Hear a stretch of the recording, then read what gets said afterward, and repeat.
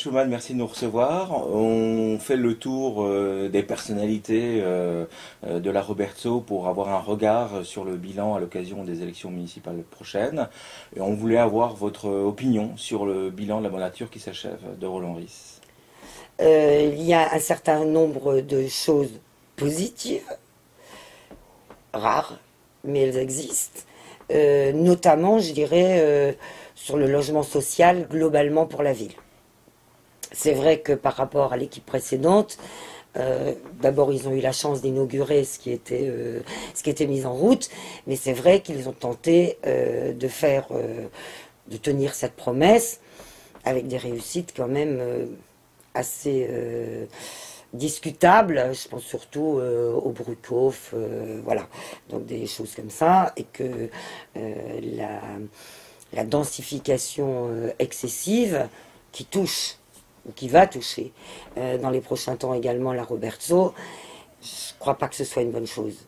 On peut densifier, on n'est plus à l'époque où on peut s'étaler et étaler la ville comme on le faisait autrefois. En revanche, il ne faut pas faire n'importe quoi en matière de densification, et là j'ai l'impression qu'on fait un peu du n'importe quoi. Vous avez l'impression qu'on fait du chiffre plus de la qualité? Oui, j'ai l'impression qu'on s'est fixé des chiffres et qu'on essaye de les atteindre coûte que coûte. Alors le bilan du mandat sur la Robertso, pour la Robertso. Alors, je pense, mais franchement je peux le confirmer, que la Robertso n'est pas le quartier qui a plus préoccupé l'équipe municipale sortante. On dit souvent que Roland Ris n'aime pas la Robertso parce que c'est un quartier de Bourges, un quartier de bobos, enfin, etc. Moi, je crois que c'est fou. Il aime bien les quartiers de bobos puisqu'il habite le Conseil des 15. Donc, c'est pas non plus un quartier essentiellement pauvre de Strasbourg. Je crois qu'il se trompe. Il y a une sociologie complètement différente qui s'est installée à la Robertso. Les gens ne sont plus de riches cadres, de riches maraîchers. Il y a tout à fait autre chose. Et il faut effectivement maintenant produire un certain nombre de services pour les gens qui habitent la Robertso. S'attaquer au vrai problème de la circulation dans la Robertso, s'attaquer sérieusement au transport dans la Robertso, s'attaquer à la non-densification excessive de la Robertso. Et ça, je pense qu'effectivement, le quartier de la Robertso n'était pas prioritaire pour l'équipe sortante. Pourtant, il y avait une adjointe de quartier qui était présente. Je crois que c'est une personne qui aime réellement sa Robertso. Simplement, elle est peut-être prisonnière quelquefois des services, quelquefois de ce qu'on lui impose, voilà. Donc elle n'a pas réussi à imposer sa propre volonté en essayant toutefois de faire croire qu'elle était très écoutée par les gens de la Robertso. On parlait du tramway, de la circulation. C'est un des débats qui traverse la Robertso avant qu'il ne le traverse peut-être. C'est la prolongation du tram de la ligne E qui est sujette à débat.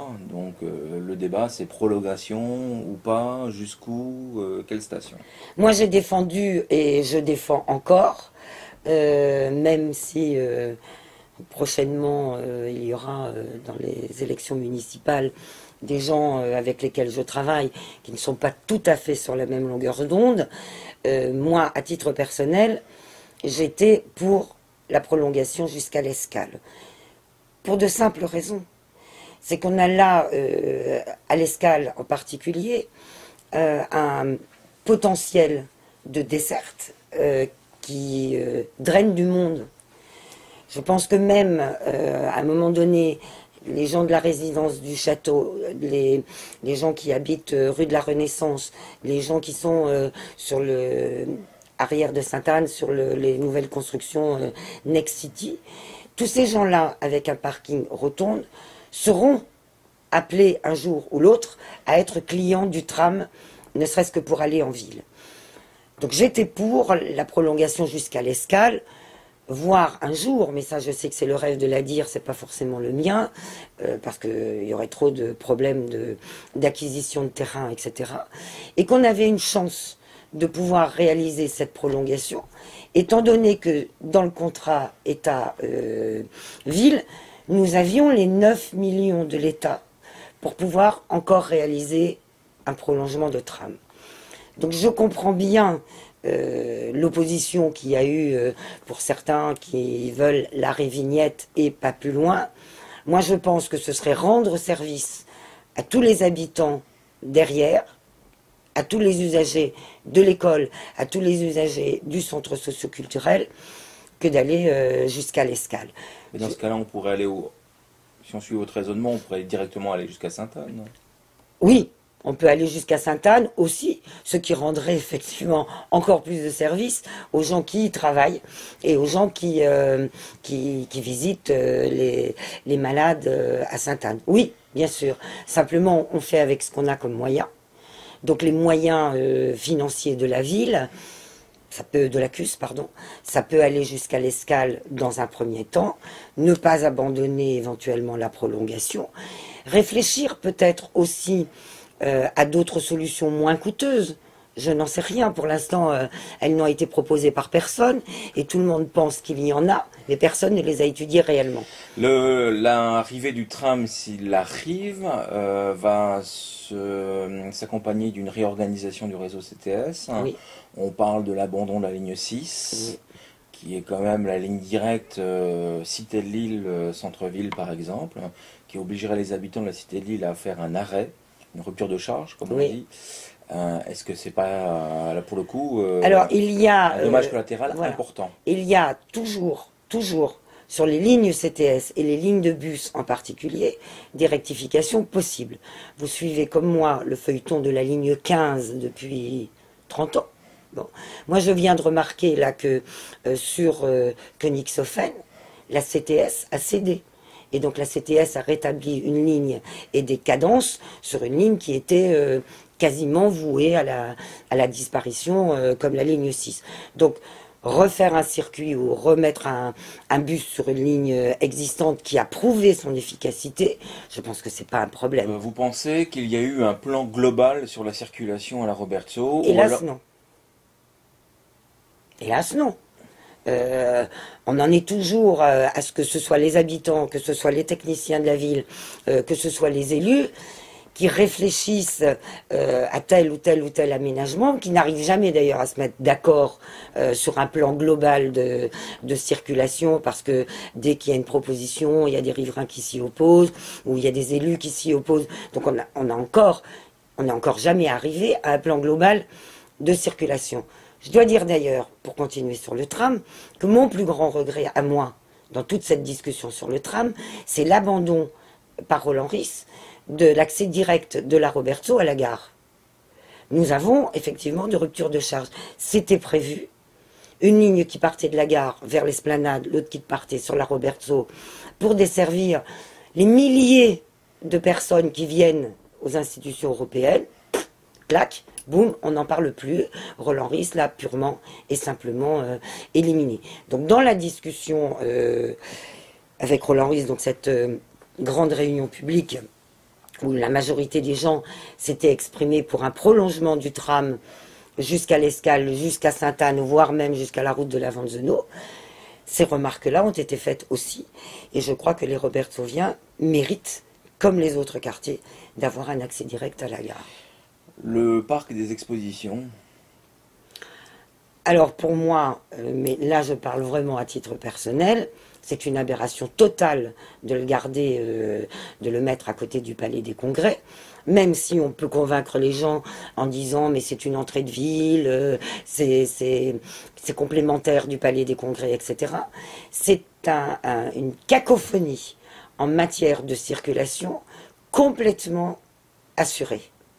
C'est pas le petit bout de la rue. Parce que là, on parle quasiment du point d'entrée de l'entrée de Schiltigheim, de l'entrée de Bischheim, de l'entrée de la Roberto. Tant qu'on n'aura pas fait un vrai plan de circulation sur la restructuration de la place de Haguenau, sur l'entrée par la 35, couplé avec un éventuel GCO quelque part, pour repenser cette entrée de ville, ce sera une galère totale pour le PEC. Vélo, On en parle peu, c'est une des grosses difficultés de ce quartier. Je ne peux pas dire que ce soit ou de l'équipe Keller à laquelle j'appartenais, ou que ce soit de l'équipe RIS, que rien n'a été fait en matière de piste cyclable. Je me souviens des discussions très longues sur la rue de la papeterie, justement, pour arriver à l'école. Je pense qu'il en manque quelque part. Route de la Vanzeno, il y a eu un effort de fait du côté... Ce qui manque réellement aujourd'hui, ce sont des circuits. C'est-à-dire que vous avez des bouts, voilà. vous avez un pointillé, mais vous n'avez pas une sécurité Route globale. de la Vanzeno, le fait de passer derrière Sainte-Anne, mais vous connaissez les cyclistes comme moi, ils vont pas au circuit détourné, ils vont au plus court. Comment on fait pour défendre le patrimoine à la Robertso? Qui vend ce patrimoine? Ni Robertso vient. À qui? À des promoteurs qui n'achètent pas à prix d'or des terrains à la Robertso pour ne pas les rentabiliser. D'où, malheureusement, cette succession de cubes. Peut-être qu'il y en a qui aiment. Personnellement, je préfère une maison alsacienne à un cube. Vous êtes candidate? Oui. Aux prochaines élections. Alors imaginons que vous soyez élu. Comment vous faites face à d'irascibles Robertsoviens qui manifestent, qui mettent des banderoles? Vous savez, il sort toujours de la tête de chaque citoyen. Peut-être que Robert Grossman aurait dit à un moment donné une schnapps idée, mais quelquefois des belles idées. Comme ça peut sortir aussi de la tête des élus. Bien. Si on regarde l'aménagement de Pourtalès, heureusement que Robert Grossman a eu des schnapps idées d'aller coller des grandes oreilles sur les arbres de Pourtalès. Bon, bref. Donc, il arrive aux citoyens, ou à des groupes de citoyens, de faire de vraies bonnes propositions. Je ne crois pas qu'elles se passent toujours dans des conseils de quartier, d'où les élus sont exclus. Donc ça, c'est un des grands reproches que je ferai à l'heure actuelle à l'équipe municipale en place. Je trouve que c'est une aberration d'avoir exclu les élus, sauf deux de leur majorité, sans écouter les élus de l'opposition. Parce que les élus de l'opposition, ils représentent quand même, toujours entre 50 et 40, donc un bon 40% des citoyens qui n'ont pas voté pour l'équipe en place. Et ces citoyens-là ont aussi le mérite d'être entendus. Et peut-être quelquefois, l'opposition peut être leur porte-parole. Je dis quelquefois, pas toujours. On a parlé du PPRT, on peut en dire deux mots, enfin avec un mot sur l'environnement. Est-ce que vous pensez que la ville a porté les intérêts du quartier et était à la manœuvre? Non. En toute honnêteté, non. D'ailleurs, la ville était très... Enfin, je pense surtout à Françoise Buffet, était très ennuyée de défendre ou d'accepter ce PPRT. On a voté contre. Bon, donc il y avait quand même un malaise de la part des autorités locales, d'autant plus, et moi je trouvais ça quand même relativement ingénieux, c'était que pour mieux faire passer la pilule de ce PPRT concocté par les services du préfet, il y avait la déchetterie, par exemple, exclue du périmètre. Bon. Quelques mois plus tard, sur le terrain de la Concorde, on prévoit d'y installer des services techniques de la ville. Enfin, c'est juste à rigoler, quoi, de se dire, mais attends, on ne prend rien de nouveau dans sa globalité. Et alors le plus drôle, c'est l'arrêt au milieu du Rhin. Est-ce que, moi je ne connais pas la réglementation en matière de circulation des bateaux, mais à leur place, j'irais voguer du côté des rives de Kehl plutôt que du côté des rives de... C'est logiquement ce qu'ils doivent faire. Hein. S'ils appliquent le PPRT, ils doivent changer de voilà. de côté. Hein. Voilà. Donc, enfin, je trouve ça aberrant, et j'espère, en tout cas... Bon, en plus, il y a encore le classement de la forêt qui pourrait intervenir dans un nouveau changement de PPRT. Donc on pourrait, même si une association considère que les deux choses sont séparées, moi je ne considère pas que c'est franchement à séparer parce que les problèmes vont être concomitants. En revanche, je pense que c'est très bien qu'il y ait eu cette mobilisation de la part des habitants de la Robertso et des acteurs associatifs et des élus, dois-je dire, pour empêcher que ça ne passe comme une lettre à la poste, quoi. Pour vous, c'est la solution, c'est quoi? C'est déménagement, pas déménagement? Moi, je crois qu'il vaut mieux avec les problèmes d'emploi qui se posent à Strasbourg à l'actuel, travailler sérieusement sur la réindustrialisation du port, en y mettant des PME, travailler à ça, parce que ça apporte de l'emploi à Strasbourg, tout en se débarrassant d'industries très polluantes, mais il faut envisager là le port sur son ensemble, et pas seulement la petite partie plaisance qui devrait, à très long terme, être réservée à la Roberto. Non, c'est sur l'ensemble du port qu'il faut travailler, développer un port de plaisance, et on ne pourra le faire, commencer à travailler là-dessus, qu'avec nos voisins de Kehl. C'est une aberration totale d'exclure ce problème de réindustrialisation du port et du travail à faire pour les prochaines années. Hors Eurodistrict. Quels sont les enjeux que vous voyez, les enjeux que la Roberto aura à relever dans les prochaines années? L'enjeu majeur, je pense que ce sera l'urbanisation. C'est une réserve foncière comme on en a peu dans Strasbourg. Donc, beaucoup de quartiers sont déjà très densifiés. Donc, la Roberto, qu'on le veuille ou qu'on ne le veuille pas, c'est une réserve de foncier et pour la ville, et d'ailleurs pour les Robertsoviens qui sont propriétaires d'encore quelques belles propriétés où il y a du terrain et les promoteurs sont très avides. Mais il faut faire attention à ce qu'on fait. Et donc, pas que, je vais dire que la Roberto étouffe sous les cuves ou les tours. Ça, j'avoue que c'est vraiment vigilance de chez vigilance là-dessus. D'où la nécessité de l'accord des permis de construire, donc de l'adjoint qui sera en charge de ça. Il y a une priorité à conserver, je vais dire, on le dit toujours, mais c'est bateau, mais ça existe encore. Il y avait vraiment un esprit village. Un esprit village, mais qui était entretenu par les associations, par les paroisses, par les habitants eux-mêmes, par la solidarité, voire même sans oublier la cité de Lille. Elle existait, cette convivialité. Certes, il y avait une coupure à cause de la route, mais il y avait cette convivialité. Je pense que la cité de Lille, aujourd'hui, est complètement abandonnée. Et c'est dommage. Une de mes grosses préoccupations à l'heure actuelle, avec d'autres d'ailleurs, c'est le commerce, c'est la vie de la cité de Lille. Il n'y a plus aucune vie à la cité de Lille. Et c'est pas la construction de la mosquée qui va arranger les choses. Donc il faut dire les choses telles qu'elles sont. Pas se mettre les yeux comme ça, les fermer et dire mais tout va... Non, rien n'est réglé à la cité de Lille. Je pense plus de services, maison de l'emploi fermée.